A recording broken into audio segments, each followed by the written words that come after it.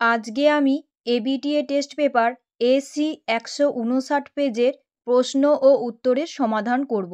প্রথমে আমরা আসি এমসিকিউ প্রশ্নে। আর্যাবর্ত বর্ণনামের উৎস কী?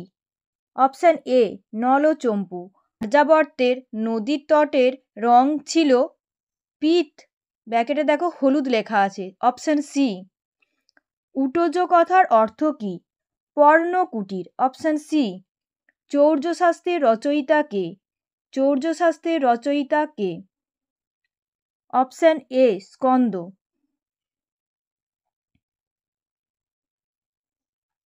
এরপর আসি পদ্যাংশে। গঙ্গার পুত্রের নাম কি? Option A Bhishma. যে গঙ্গার জলে স্নান করে তার, দেখো চারটে অপশান দেওয়া আছে, বি অপশানটা ঠিক, পুনর্জন্ম হয় না।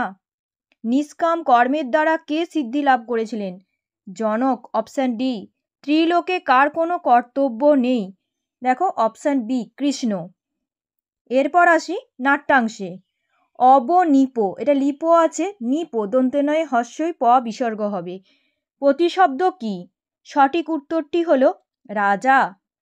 কৌমুদীর পিতার নাম কি? ইন্দু শর্মা। Option D. কৌমুদীর পছন্দের পাত্র হলো অপশান সি বসন্ত।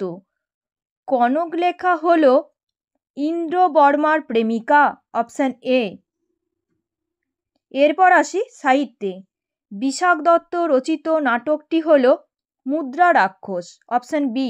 লীলাবতী কোন বিষয়ের গ্রন্থ? অপশান এ গণিত। আয়ুর্বেদের উৎস কোন বেদে? সঠিক উত্তরটি হল অথর্ব বেদে। Option C. এরপর আসি এসএকিউ প্রশ্নে। গদ্যাংশে আসি প্রথমে। চম্পুকাব্য কাকে বলে? গদ্য ও পদ্য মিশ্রিত কাব্যকে চম্পুকাব্য বলে। সাহিত্য দর্পণ গ্রন্থে বিশ্বনাথ কবিরাজ চম্পুকাব্যের লক্ষণ প্রসঙ্গে বলেছেন, গদ্য পদ্যময়ং কাব্যং চম্পুরিত্য ভিধীয়তে, অর্থাৎ গদ্য পদ্যময় কাব্যই হল চম্পুকাব্য।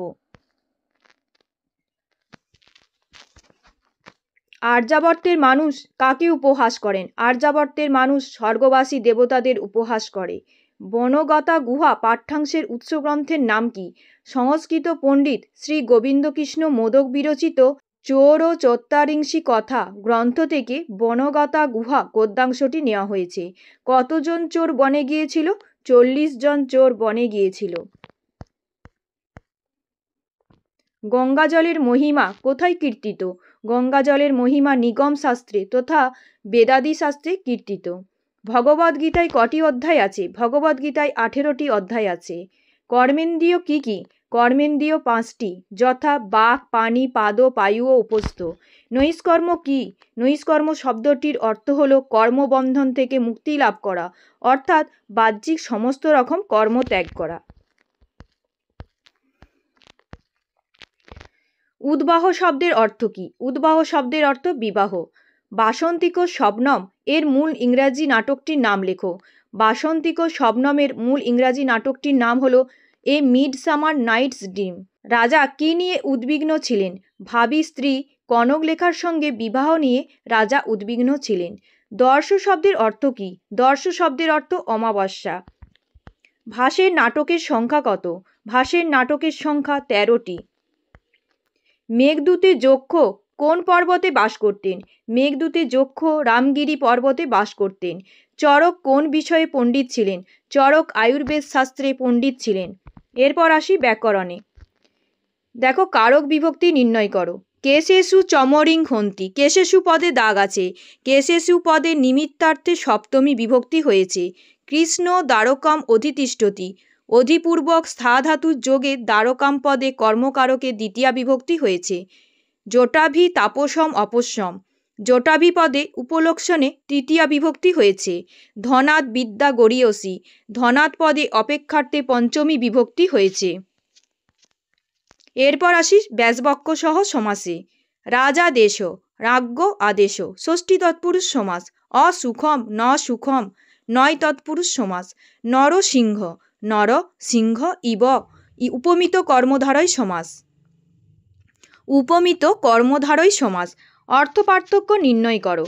সর্বায় সর্বস্ময়, সর্বায় শিবকে নম, সর্বায় সর্বস্ময় সকলের জন্য, সর্বস্ময় রোচতে মিষ্টান্নম, বাক্যম বাচ্যম, বাক্যম পদসমষ্টি, শিশ বাক্যম মধুরম, বাচ্যম বলার যোগ্য, মিথ্যা কদাপি ন বাচ্যম, সঞ্চরতি সঞ্চরতে, সঞ্চরতি বিচরণ করে, মৃগ বনে সঞ্চরতি সঞ্চরতে, কোনো যানবাহনে বিচরণ করে, রাজা রথেন সঞ্চরতে।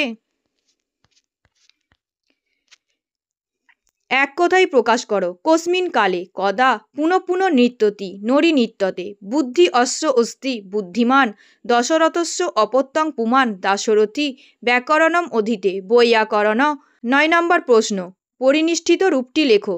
দৃশযুক্ত জং লটতে দরিদৃশ্যতে, বুদ্ধিযুক্ত মতু বুদ্ধিমান, মনুযুক্ত অন মানব, রাজনযুক্ত ইপ রাজ্ঞী, গুরুযুক্ত ইষ্ঠন গরিষ্ঠ,